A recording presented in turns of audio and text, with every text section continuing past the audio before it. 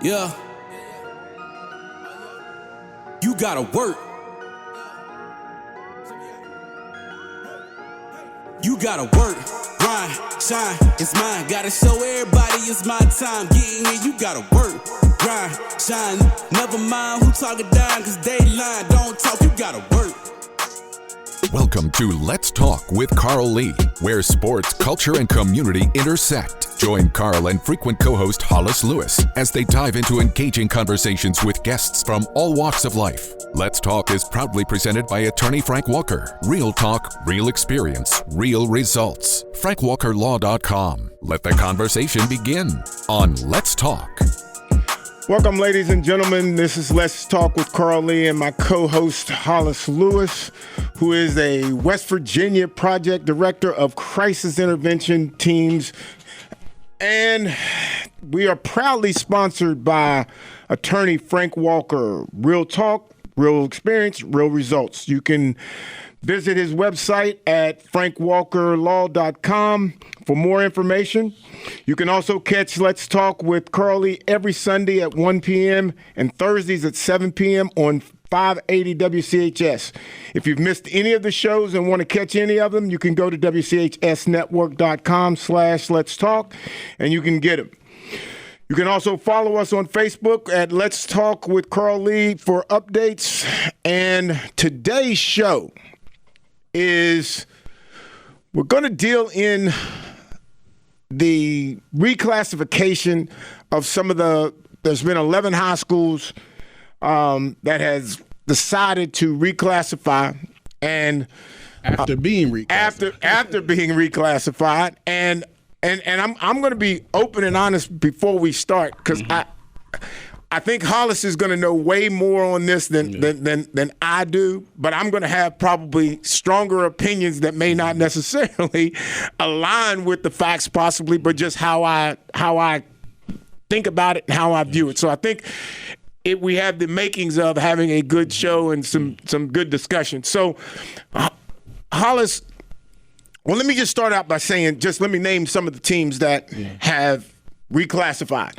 So you have Frankfurt, you have John Marshall, you have Oak Hill, you have Petersburg, you have Preston, you have Sissonsville, you have Spring Valley, St. Albans, St. Mary's, Tyler Consolidated, and Wayne. Yeah, and probably before we begin the discussion, we probably need to just give some backstory on kind of the classification scenarios. So basically, what the WVSSAC did, they went from a 3-tier system. So we had a single A, double A, triple A, and now we opened up a quad A, and they moved certain teams based off a formula to quad A. So basically, not quad A, but they moved you up or down based off a formula.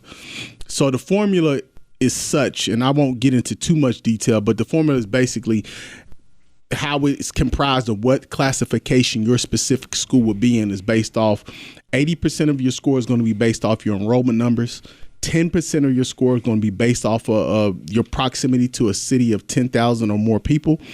And then the last 10% is based off the socioeconomics of either the school or the county that you sit in. So based off those individual factors, that would determine whether you're going to be in class 4A, 3, 2, or 1A. Okay, so let me ask this question because this is what I remember of how you got the AAA, AA, and single A. It was, at least in my mind or in most folks' mind that I've talked to today about this, as we talked about having it as a discussion on the show, everybody was pretty much set on the idea of it being based on school enrollment. And from my understanding, the old system, the old metric was strictly based off of your school enrollment. And so I think how people are, when they're seeing this now, like I've seen it, my first thought process is enrollment. Yeah. And all the metrics and all of the things that you spoke on, like, I don't know. And again, you know more of this than I do, but I'm going to fight for just the other side of the people who are like me, who don't like the system as a whole. Yeah. I don't know if the metrics that you're putting together necessarily can because to me, I'm looking at the teams who are winning, the teams that are constantly at the top, and to me, that's your 4A class. Yeah. You know, and then those teams that have been really pretty good, maybe made playoffs and all that kind of stuff, I think there's your AAA. Mm-hmm. And then there's your AA and single A. I think you to me, I think it's not as hard or doesn't have to be as complicated and confusing to people as I don't care if you're in a league and you're 4 years into a league, 5 years, whatever that number would be, and all 5 of those years you've been in the top tier of that league, you're probably where you need to be. If you're at the bottom of that, winning 1 or 2 games, you're probably somewhere that you made. But and I know that there's going to be teams that have to have that's going to be at the bottom anyway, just based on the conference. See, I think what you're talking, like the system that you would probably like to see implemented, is basically what European soccer does. So basically, what they do, they have about 18 different types of league or levels of leagues, right? And based off your winning, that determines whether you move up or down in that particular league. So, for example, if you're in the bottom league and you win the championship in that bottom league, then the next year you move up. Yes. If you win it, you move up. But I think the problem with that is that, again, I don't necessarily. That's to me, that's not necessarily a bad thing, but it almost becomes, far as in your initial formulation of those different tiers of leagues, it becomes almost too subjective of kind of who goes where. And I think that you do need an objective metric to say you're in AAA, you're in AA, da da da da da. Now, how we get there, I would agree with you. I would agree with you. And again, to your point, what that metric is. But let's just look at like Spring Valley, who in Spring Valley was in they got classified as AAA, a 4A, and now they did the appeal, and now they're reclassified back to 3A. Okay, and now the teams that they were playing are more than likely the teams that they were competing with more like in the 4A. In the 4A, yeah. So the formula, and here's a team who my money's going to be on them to win that thing right now. How could you not? I mean, because you're talking about a team that has had a shot at the state championship for 3 years in a row. Yeah, and they've been consistently good. Consistently good, and I think when you start looking at those teams that have been consistently good, how do you keep them in AAA and there's a quad A? How do you have them play down, and they've been playing the best teams in the state. Yeah. I mean, there's something wrong with that. I mean, and I know that you've got to create a way, or you want to create a way that seems justifiable or makes sense. Mm-hmm. But I don't know if this is I don't know if this is working for me. And again, they don't care if it works for me or not. They're going to do it. But again, this passed because of an appeal. There were already people appealing this, already taking this because they didn't like it. So clearly, I'm not the only one who doesn't like it. Yeah, and I think what they had a problem with was like kind of, again, the metrics and how it was determined what level they would play on. And just to give clarity, St. Albans, Spring Valley, John Marshall, Preston County, Oak Hill, they moved from Quad A back to AAA. Simpsonville, Wayne County, Frankfort, they dropped from AAA back to AA. Petersburg, St. Mary, Tyler Consolidated, they moved from AA to single A based off the appeal. So those are the schools, those are the 11 schools that have made the appeal and reclassified into essentially lower divisions. I thought when I was looking at some of this, I thought that all the teams went down a level. They all went down a level. Okay. They all went down a level. And nobody moved up. Okay, yeah. See what I'm saying? Yeah. So to me, that's like that doesn't look on its face. It doesn't look good. And let's talk about, why do you think they added? I mean, because from what I read, I think what they wanted to do is create more parity, create more competition, to create additional champions, because obviously if you have a new quad A level, you want to have champions throughout, all the sports. So I think the reasoning was, let's say, hey, it's going to create more parity and going to create more competition. Do you think do you buy that? Is that good enough reason? What? I'm gonna go to basketball. They were the pilot for the last 4 years. That was kind of where this, to me, I think where this came from. Yeah. I think there's a difference though here, because a small mistake, putting a team that might not be able to compete in football is different than it is in basketball. How so?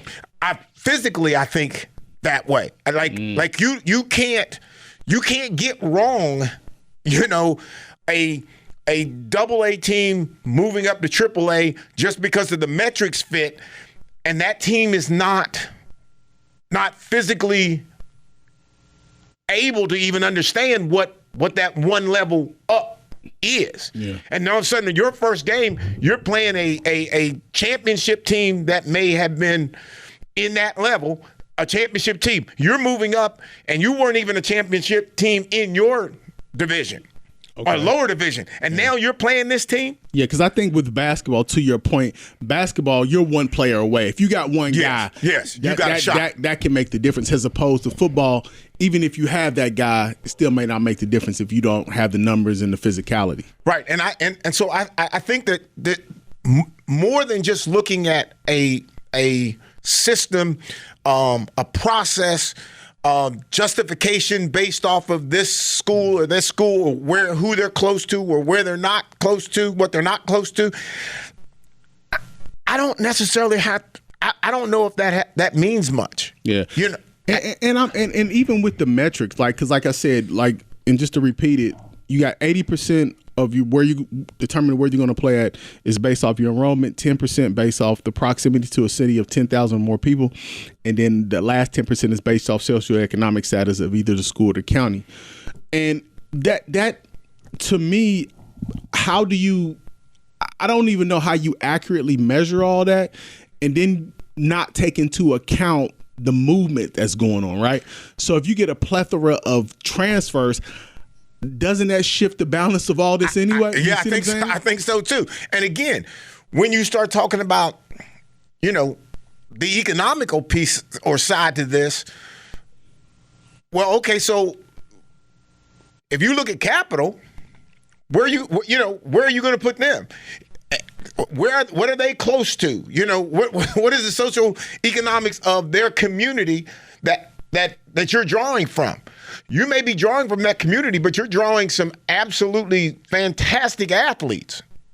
Yeah. Is there what do you say to that? What's that reality of where you are, and no matter what you're close to, no matter what the community has or doesn't have, there are a whole host of communities that are small, black communities that will produce a ton of nice, pretty good athletes that doesn't fit in any of these metrics. Yeah, and just for a comparison, we look at a Capitol High who got a score of 58.8 versus Morgantown who got a score of 94.6, and they both be playing in the quad A level.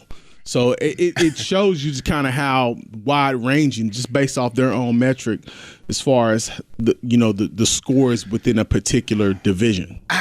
So I'm confused on how that score could be. Not generally, but just you have that different score, but you have them in the same league. Yeah, and that's what I'm saying. So I think if you look at, based off what I'm looking at, like I said, the highest school in West Virginia as far as the top score would be Morgantown at a 94.6. You had a Musselman's at 94.3, and then the last team in the quad A would be South Charleston, which would have a score of 54.1. So again, those are pretty wide-ranging scores. Again, how these are calculated is still a bit of a mystery to me, but just based off the information that they gave, this is what we're working with. See, this is why, like, I don't know if sports can be talked about, figured out, push out a rule regulation in a room of individuals who like the metrics, right? And the metrics look good to them. I think you need somebody you need individuals who've been in the sport. Yeah. Because in that, no one is taking any account. There's no metric for safety. This team hadn't won 20 games in 20 years. Okay? Yeah. But the metrics fit, and where are they? They're AAA. They went from AA to AAA, or AAA to 4A. And what are you putting those kids in? That's a good point. And it's funny you said that about just because I was listening to something today and it talked about like baseball. And essentially what it said is that the metric nerds have taken the fun out of the game, because basically everything is based off of kind of what the metrics and the numbers say, as opposed to what's good for like the entertainment value of it. So I think that, and not to compare this to that, but I think what we're seeing in some iterations, even at the high school level, we're looking at people who are crunching numbers as opposed to thinking about like maybe the game holistically. You know what I mean? Yes, I do. And I think you have to kind of be, if this was going to go on, then you should have had coaches in the room to have conversations and say, hey, I like this. No, I don't like this. Yes, it's going to be a big discussion. It's going to be probably some argument going on, but you need these people who know the game.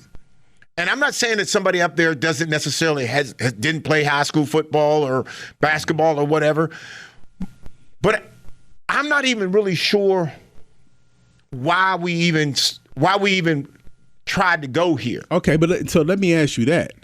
Do you think this is even needed? Do you think we need 4 classifications? I don't. Do you think we need maybe less, more, what? I think the 3 classes are plenty, because we're not a 4A school. Yeah, we don't have a 4A school.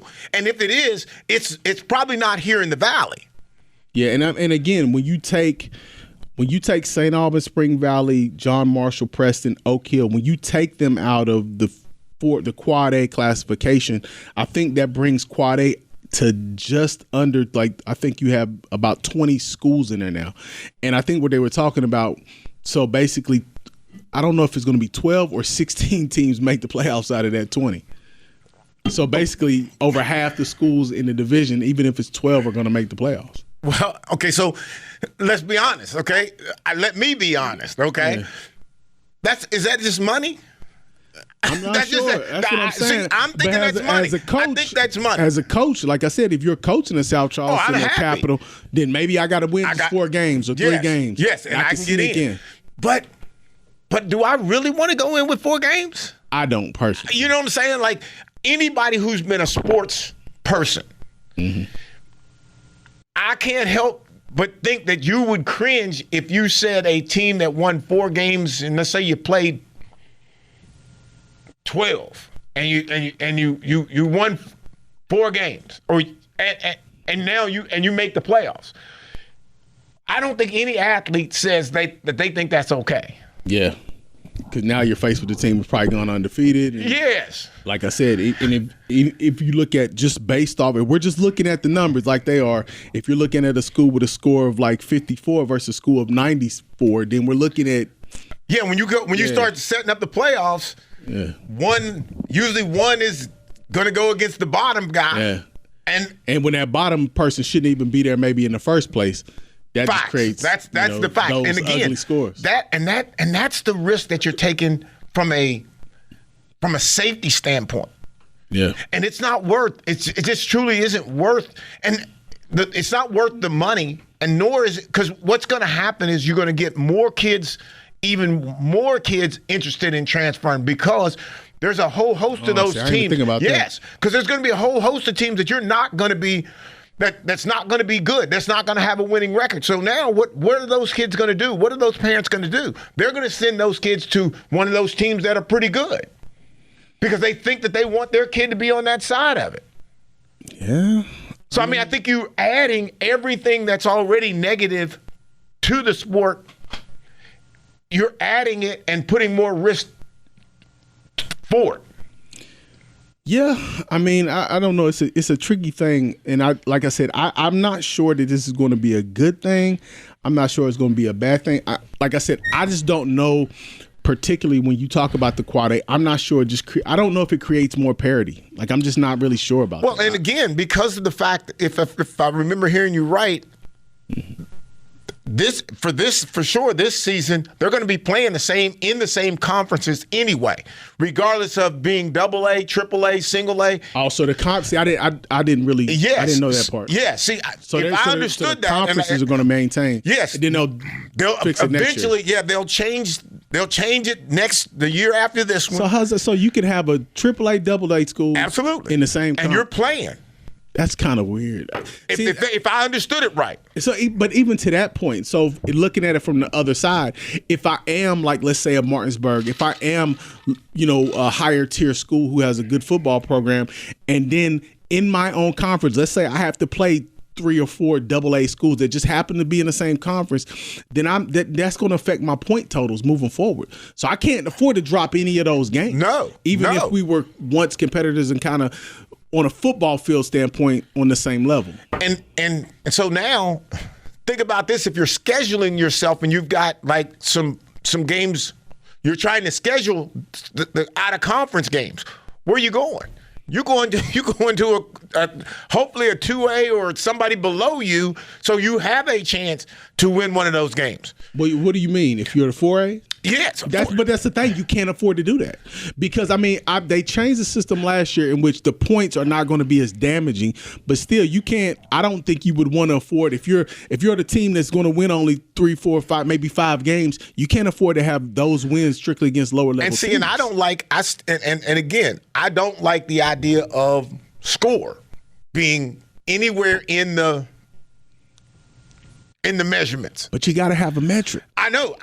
I get it. But I think that's for tiebreakers. I don't know if that's a primary. Because you're promoting metric. a team. You're promoting a team who sees on his schedule that we got that particular team. Oh, and you got to run it up. And I'm going to have to. We're going to have to run it up because we know what this team is going to do. And so now you got to run it up. But but that's the nature of the beast. I don't know how you get around that. Like I said, I don't know. And again, not to criticize anybody. I know these are difficult jobs. You got to make tough decisions. I'm just not sure when we talked about this 4A thing, I'm not sure it was just well thought out. I'm not sure. Again, they tried to use the metrics other than enrollment. They try to add different things in. But was there a purpose? Was there an actual purpose? But I think the purpose that they stated was like to create competitive balance, create parity, to create more champions, to create more playoff teams. So and again, and I understand that, but to your point, you just can't factor in the metric. That can't be like the only thing to consider, right? Because even the metric, even though they tried to do other things, like I said, they factored in enrollment, economic status, they factored in location, but they didn't factor past wins and strength of your previous 5 years as a football program. So it's like, and I think that is critical. Maybe you factor that in as well. And again, my point being is you gotta think about not just the metrics that you create or that you think work, but you gotta create a metric that's talking about the actual physicality of the game and who's going against who. Yeah, because the fact of the matter is, like I said, if you have a school like Spring Valley who has dominated AAA, who's been a very, very good team the last probably 10, 15 years, who's been consistently in the playoffs, who's been in championship game after championship game, I mean, they're going to a division where they're going to play, like, again, no offense to anybody, but they'll play schools who have not even dominated in the triple and single A. You know what I mean? So like I said, I don't know if that was considered, and like I said, I don't know if this formula was well thought out. Well, we need to take a quick break, and we'll be right back. Let's Talk with Carl Lee is presented by attorney Frank Walker. Real talk, real experience, real results. FrankWalkerLaw.com. Comment on episodes, ask Carl and Hollis questions, or suggest topics at our Facebook page. Search for Let's Talk with Carl Lee, and remember to like the page to become part of the conversation. Let's face it, bad things happen to good people. Seriously injured in a car accident, trucking accident, or even wrongfully arrested. Life happens, and when it happens to you, you will need sound legal advice and aggressive representation. That's when you call attorney Frank Walker at 304-413-0179. That's 304-413-0179. Lock it in your phone, text it to a friend. 304-413-0179. Or visit online at attorneyfrankwalker.com. Find previous episodes of Let's Talk at WCHSnetwork.com/Let's Talk. This is Let's Talk with Carl Lee. Now, back to the conversation. All right, ladies and gentlemen, we're back, and I want to give my sponsor another shout out. Frank Walker Law, real talk, real experience, real results. For more information, you can go to FrankWalkerLaw.com. All right, so Hollis, we're gonna move away a little bit from that battle, and maybe more to a more pleasant value or topic. Watching the Olympics, I'm not sure for you, and I've watched the Olympics. I thoroughly enjoy watching the Olympics. Yeah. I'm not sure if I've ever enjoyed the Olympics any more this year than I have any other time. And I don't. And again, I know we did some winning, and we're going to talk about that. Our biggest moments and stuff, or what we liked. But what was it that made this particular Olympic so exciting, so interesting? It's funny you said that because I was thinking the exact same thing. This was and I've watched the Olympics my whole life. I watched every single Olympics. I've never missed an Olympic. At least, obviously can't watch everything, but this Olympics was the funnest, most engaging, most spectacular sporting event that I've seen in years. And I think maybe it had to do with the previous Olympics. You had COVID, and it just wasn't. Maybe that you missed it. Yeah, because you talking about track and field events with 70,000 people in the stands. You're talking about the swimming events with 40, 50,000. The gymnastic events filled to capacity.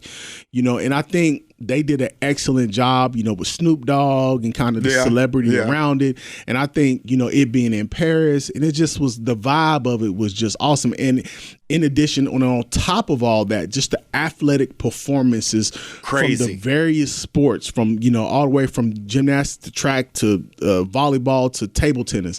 It was just anything short but spectacular. I thoroughly enjoyed this Olympics.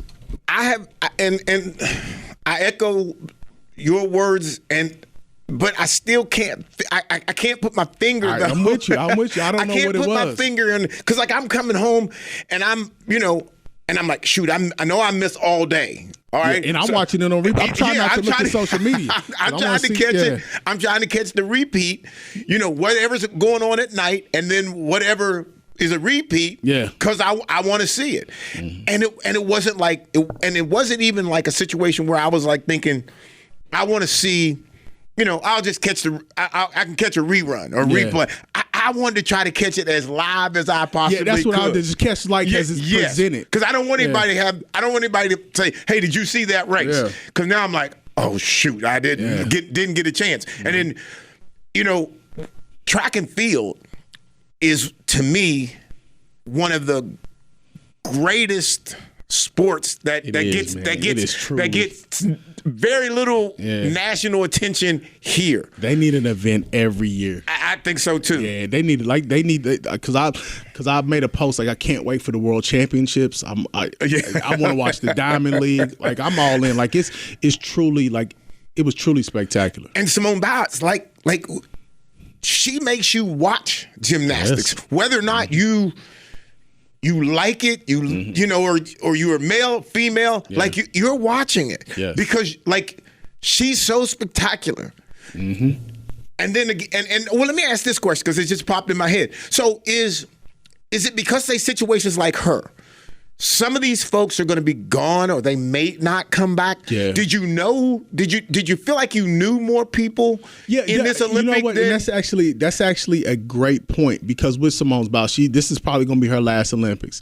With LeBron James, probably Diana Taurasi, this is their last Olympics. Kaylee Ledecky, the distance swimmer. Yeah. This could be her last Olympics. So I think that it was a lot of build-up, and you were familiar with a lot of faces. This wasn't like a new crop of athletes per se. Even the track and fields of Shakars, the brother with the 100, we knew all the faces. Yes. We knew all the names. So maybe that added to just the excitement of the event. Yeah.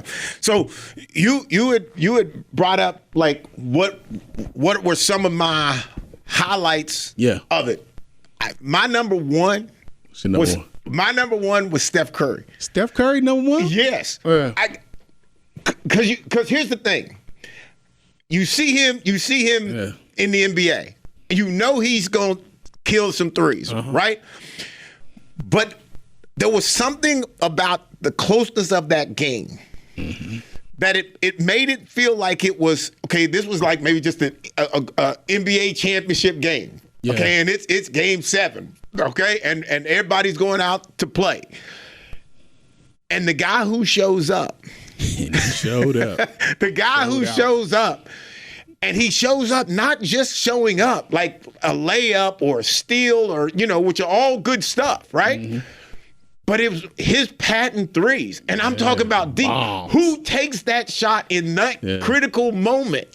I mean, think about the reality of taking a shot like that in the moment where, you know, it could go either way. I mean, that's confidence, man, and you cannot beat that. You know what? I was down on basketball this year. Like, I didn't really. I understand. I just, and women's and the men's, because, like I said, to me, there was very little parity. Obviously, both championship games were good. So once you got to the one that count, it was good. I can't deny. I watched it the whole game. But just like, I wanted to, like, see for that sport, I want to see the new guys. I want to see the new ladies. I want to see the new faces in that sport to go against the world. Like, to watch the women, I mean, bro, they ain't lost a game since the 90s darn near. You know what I mean? In international competition. So to me, it just wasn't, it was just But the last two games were good. But they're going against, the same thing's happening on the other side.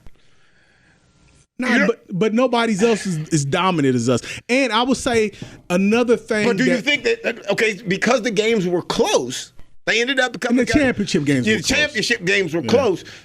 There is some movement for other countries to have a shot at us. And I'll say this, and that's what I want. I want the parity. And I think another thing that's kind of lost its luster when you talk about the basketball specifically, because a lot of the European players are in the NBA now. Yes. So we know those guys. Yeah. Well, back in the day when you're looking at Yugoslavia and Serbia, we didn't know these cats. We didn't know spread. And then you watch it and you see this great Cedric Sabonis. You see these great. I say Cedric Sabonis. I forget the brother's name. Play for Portland, but you see these great players across the water that you never heard of. Yeah. So there was a little mystery with that. Where now it's kind of like. I'll give you that, because to me, I'm thinking if you're playing in the NBA, you good, bro. Then you're good. Yeah, you good enough. You're supposed to compete with them. So would you be okay? So is it possible? Even could they compete at the collegiate level? So let's say if you went collegiate athletes. The problem with the collegiate athletes, and I like that idea, but the only problem is that you don't have the guys who are staying 3 and 4 years in basketball no more. So that sounds like a good idea. What I like to see is kind of like. Would the competition be? You think the competition would be still? We would get whooped. You think so? Yeah, we wouldn't. We bronze medal game. And are you saying that because those particular guys that will eventually be to the NBA, those guys are going to be those players? Because you would have NBA players that play for Serbia and Spain and France and all that, like Wemby, right? Imagine Wemby going against a freshman in college. If you can't be in the NBA, Are you saying like moving back where it's no professionals? Yes, where it's no professionals. That to me, that would be funner because and here's what I'm saying. It would be funner because you would have a point of discovery. So we're like discovering this person on this international stage. Right. Like the sister that played for France. She got cut by the WNBA. She goes to Europe and played. Now she playing for France and she balled out. So we knew her, but we ain't really know her. And now that she's playing for France, it's like a point of discovery. Like, oh, now she's probably going to get signed back to the WNBA. Yeah. So there's no discovery. We know all the guys. And I'm saying, like, I'm not saying bring it back to college because I think we're past that. But I'm saying let the young NBA guys go. Let them get built up. But if you go to the college, because when you look at the NBA, like the track guys, I guess there's no real professional track. Because they're shouting out their colleges. Yes. So I'm thinking like collegiate would be different. Yeah, but it's just you don't have. I don't think you don't have enough. Yeah, because basketball guys are spread out now. Because like the talent from high school, you got some that's going college, you got some that's going G League, you got some that's going here, some that's going. It's too spread out now, where it's not that concentration of talent where we could just pull. We know these are the best players. Yeah, I think it's the point like the basketball tournament that happens in the summer. It's fun because a lot of these guys we knew at one point, but kind of they've been on their basketball journey somewhere else, and some of these guys we just discovering. So it's fun to discover it. So I think that's been lost with USA basketball. So if Steph Curry was anybody other than Steph Curry and he hit those threes, that would go crazy. We was like, who is this guy? We would birth a new star, but Steph Curry's stardom can't get any more started because everybody watches him. Right. So I think, and that's your number one, and I'll give you my number. My number one was it's tight too, man. These was all tight, but I would have to say China. They won 8 gold medals in every single. They had a gold medal all the diving events. So the platform, the synchronized, the springboard, men's, women's, they got gold in every single diving event. And to watch these diving events, because that's probably one of my favorite Olympic sports is the diving. It was phenomenal. You're jumping, like I think we talked about it, 20 meters, 30 miles an hour, going down. And twisting and turning, no splash, and they purely dominated. And again, to my point, I guess I'm contradicting myself a little because they seem to dominate this event in every Olympics. But again, we don't see that. I don't see this but every 4 years. I don't watch it. You might watch it, catch it on ESPNU, the collegiate diving, but it's not something you're watching often. And for me to see that and again, it's so phenomenal that they gotta judge you on the most ticky-tack things. Yeah, you know what I mean? Yeah. You didn't quite go in straight after you did 50 flips. Yeah, and the splash. And the splash. That's the crazy thing to me is like, man, I'm probably going to hit belly up. Do a cannonball, right? Yes, because there's just no way.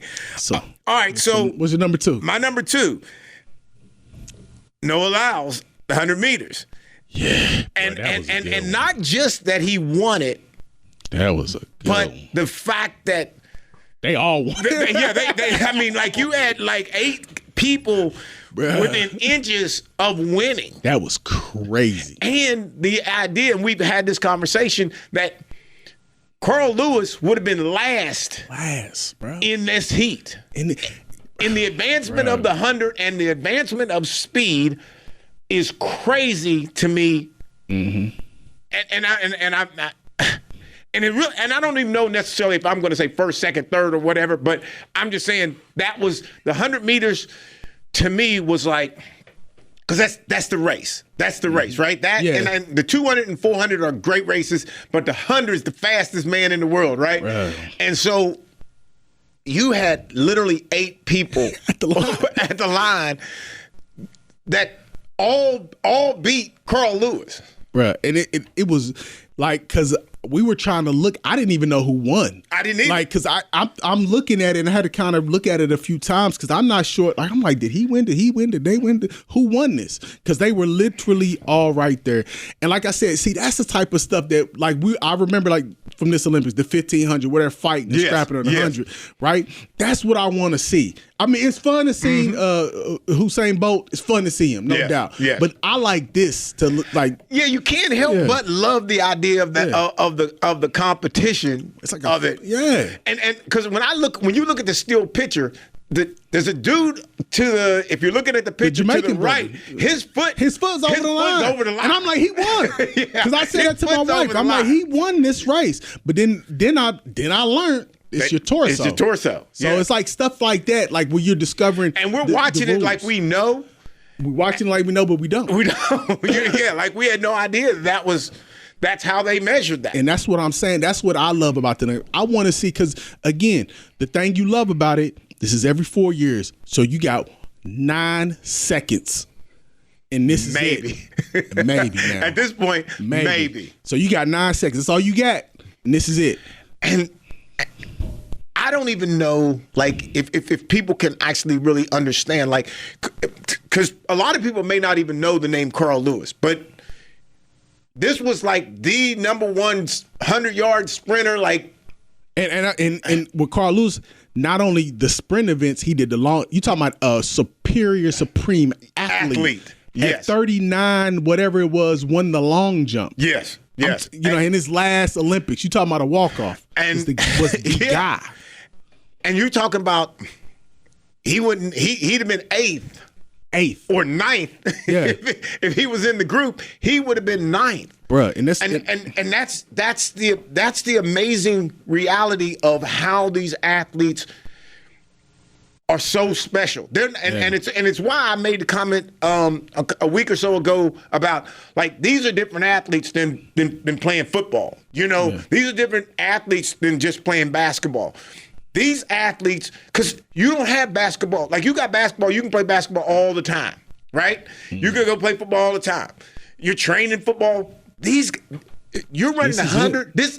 You're spending 4 years for 9 seconds. For 9 seconds. Yeah, man. That's what I said. I love it. So, all right, my number 2 is I'm hoping I'm gonna get the sister name right. Her name is Safan Hassan. She is a middle distance runner from Dutch Netherlands. Let me say this: she wins the gold medal in the marathon. So that's 26 miles. Yes. She wins the bronze medal in the 10,000 meter. That's 6.12 miles. She wins the bronze medal in the 5,000 meter. That's a 5K. She won 3 medals, 3 distance races in a 2-week span. Bruh. That's insane. First of all, and the marathon was the last race. Yeah, see, I would have been one to put that marathon in front. Can y'all switch this to the front? I can make it up on the back end of it. But yeah, that kind of running at that kind of distance to train. I can't even imagine the training. I'm assuming training for the marathon can't do anything but help you with the other. But there is, in the shorter distances though, there is more of a quicker speed. It's a quicker speed, and maybe even a sprint toward the end. Yeah, and you're running these, and they're running these marathons now sub like 3 hours. For the women, just maybe over 3 hours. And if you look at, particularly, like, if you're looking at these races, these individuals, these aren't trots. No, they got good open up sprint, knees up. These are good pace races. So, like, when I saw that, I just couldn't, because first of all, it's funny because I'm watching the marathon. I'm a nerd. Like, I watch the marathons too. I'm watching the marathon. I was like, she had the blue and the orange uniform. It's like, is that the same person that was in the 5,000? No, I was like, that can't be the same person. Right, you ain't doing that. You can't run all 3 of those. No. And then it come to find out she won 3 medals, 3 distance races. And I just think that's just a feat to me that's just almost incomprehensible with that amount of pressure and that amount of time to be able to do that. And I want to touch that first challenge that you put on her. When you start talking about being the pressure of running a race that distance, the confidence in which you have to have to know that you can finish it. Is that confidence or delusion? That's delusion to me, because I know for a fact, Man. I can't. I may be able to do like the one of them, but bro, you can't have me do all three. I can't do them all in a 2-week period. And then you training on top of it. You still got a little workout in between all that. What must her training be like? That's what I would like. I don't know. Because you guys, when we were doing the 4-4-4s, training for football, right? Like, so you running quarter, 200, and a 100, and you're bent over at the end of that. Yeah. But you're ready for the season. Yeah. How is she like? She's running like Olympic times in training. At some point, she's got to actually run that marathon. She got to test it, right? She's got to test it. Yeah. So she already now knows that she can get there. And the crazy thing about that is, gosh, what all did you put in before the first time you said, well, you know what, I'm going to test this one today? And I like as you said that, because we're not talking about somebody who's trotting out there doing all this in 2 weeks. I think we probably could do that.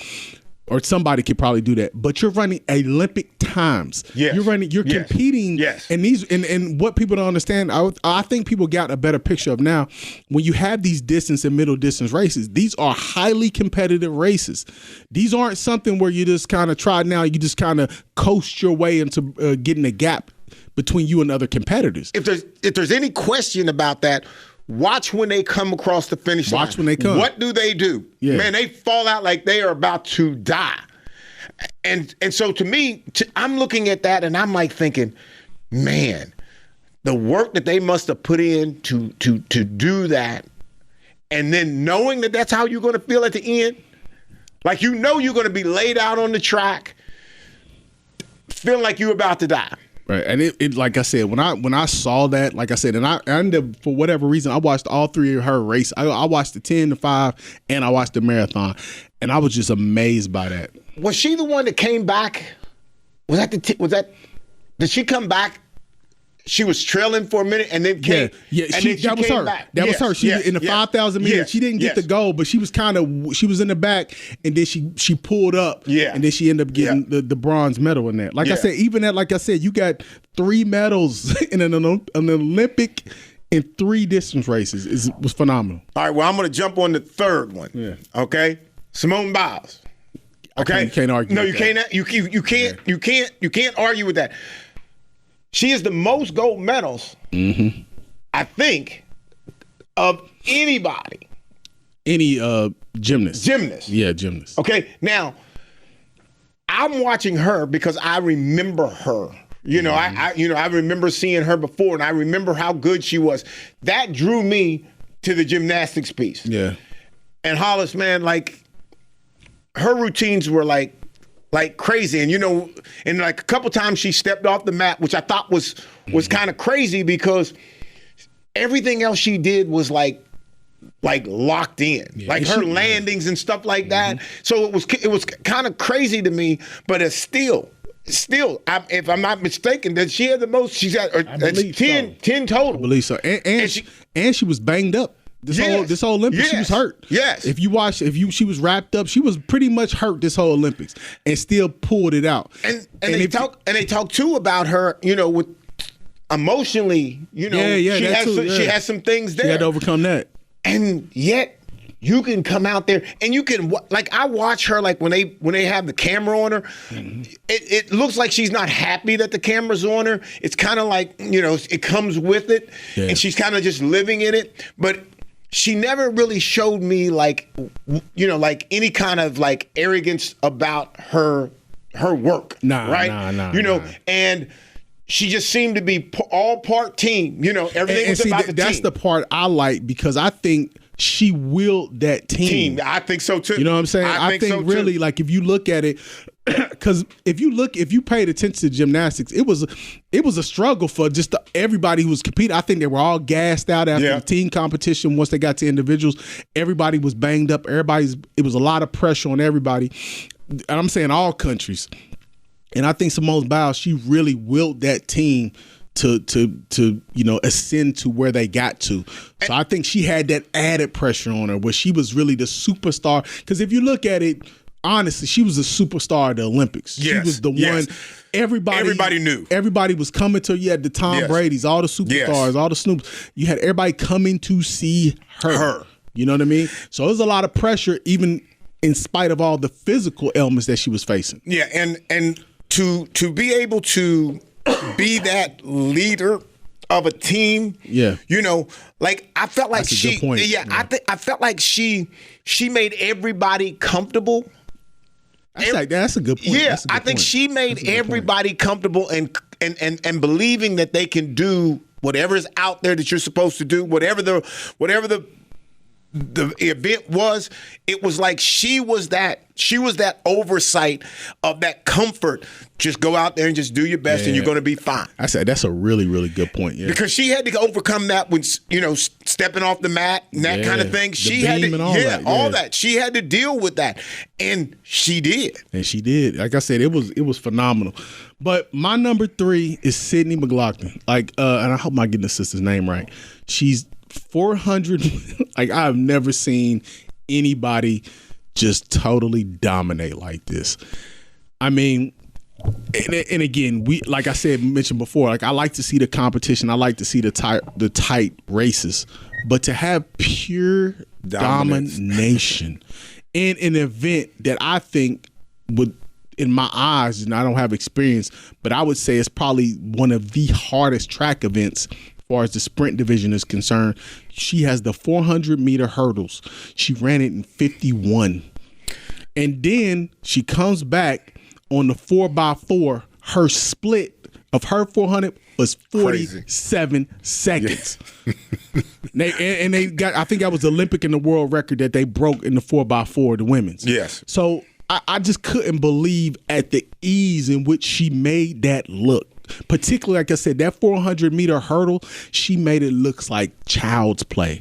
Like she was just running. Well, didn't they say that she ran the hurdles as fast as people run just a straight 400? Just a straight 400. Like I said, it was 51 seconds.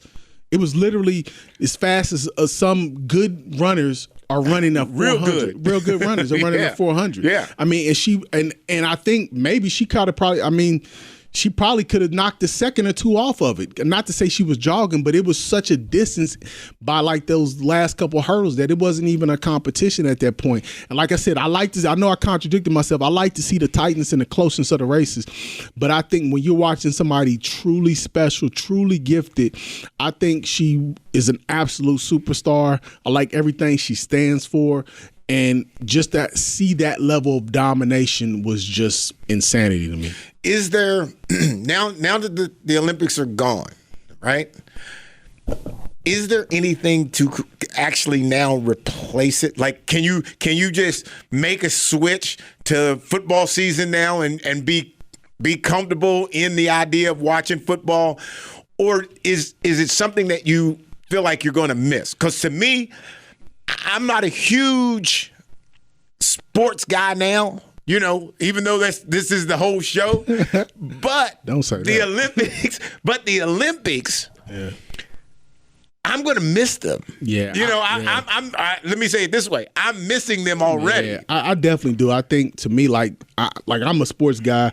I like watching sports, but I don't watch a bunch of TV anymore. And sports is the one thing I watch on TV. So to have just the variety of that high-level sports that you can recognize a name or two or get to know a name or two is definitely going to be missed. But I think going into football season, even what we previously talked about, the classification switches here locally in West Virginia, but I'm excited to see all that. See, that's the frustrating piece to me is we sports, and I don't know if it's just here, but sports, we're getting these things that are messing up the game. To me, I feel like they get in the way of the actual game. Somebody with a suit and tie or dress shirt on. Calculated. Yeah. And they're sitting there and they're motivating or trying to motivate what should be happening in the game, around the game, and that's got me. That's turned me off so much. And I understand what you're saying, and I think to me the most egregious culprits of doing that is the NFL, right? I think they tinker almost to a fault, and I think that's kind of gotten in the way of, or sort of trickled down to, when we talk about college and everything else like that. I think there is too much tinkering that happens with athletics, particularly football. It's just it's unnecessary tinkering, but I am excited to see kind of what's going to be the fallout of it. I think even last year, when you're looking at all the transfers and everything we talked about then, it was pretty exciting to see kind of how this school is going to match up against this school, and what's this player going to be like, and how this is going to go.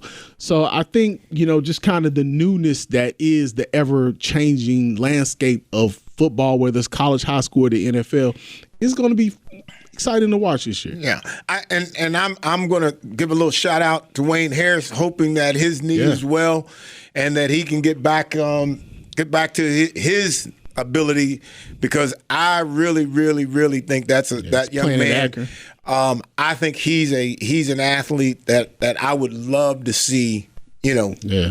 And like just continue to get better. And we got a bunch of Xavier Bosley. He is at WVU. Bosley, Kerry Martin's at NC State. So it's going to be fun to watch. I posted on Facebook the other day that Bosley's somebody I'm thinking you might want to turn your television on and watch it. You may be watching somebody who's going to be playing on Sunday. I think you are.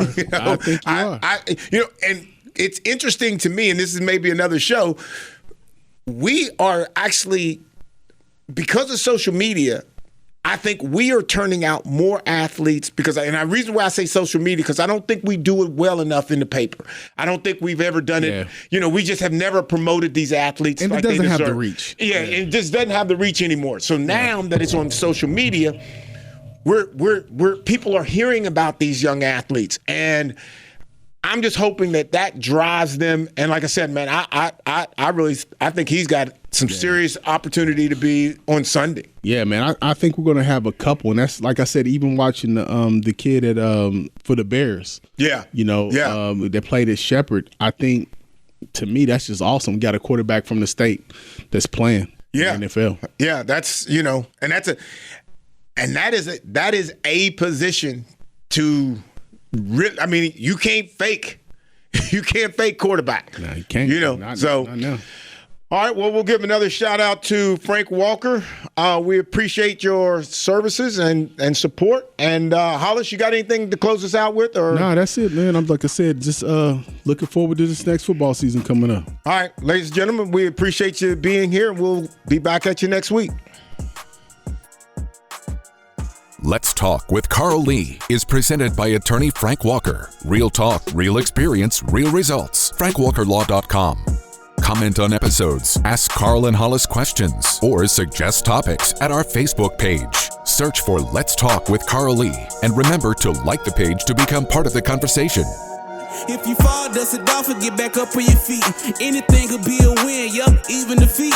They say sugar bad for you, why is victory sweet? Couldn't play with big kids, I had to sit in the street and watch from a distance, but over time I grew. If I put in the work, in no time I'm due. Everything that I worked and prayed, I'm okay. If you ask me, how did I do it, I'm gon' say you gotta work, grind, shine, it's mine. Gotta show everybody it's my time. Getting in, you gotta work, grind, shine, never mind who talking down, cause they lying. Don't talk, you gotta work. You gotta work. You gotta work. You gotta work. You gotta work. You gotta work.